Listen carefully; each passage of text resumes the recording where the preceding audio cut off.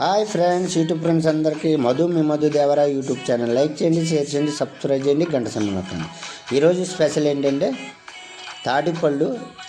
తాడి చెట్టు పళ్ళు అండి తేవడం జరిగింది. తెచ్చి 2 రోజులు అవుతుంది. బాగా మగ్గిన తర్వాత పండు గుంజు వచ్చేలా తయారు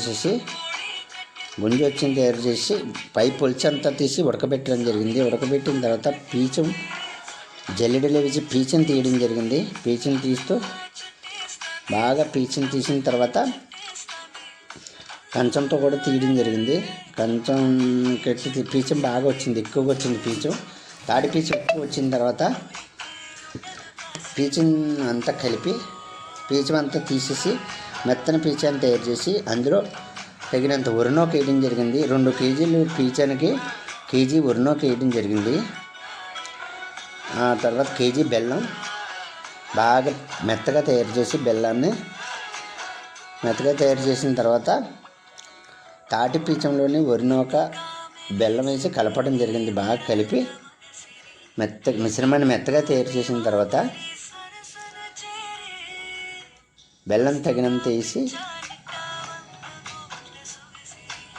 పెనంలో నూనె వేసిన తర్వాత పొయ్యి మీద బూరెలు వేయడం జరిగింది. ముందు బూరెలు బాగా మగ్గిన తర్వాత తీసి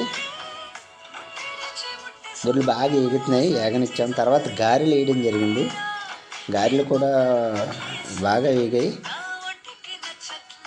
బూరెలు ఫస్ట్ కొద్దిగా ఒకటి చిన్నది పెద్ద వచ్చాయి. తర్వాత గారెలు వేసిన తర్వాత మళ్ళీ రొట్టె అండి, ఇది నూనెలో రొట్టె వేయడం జరిగింది.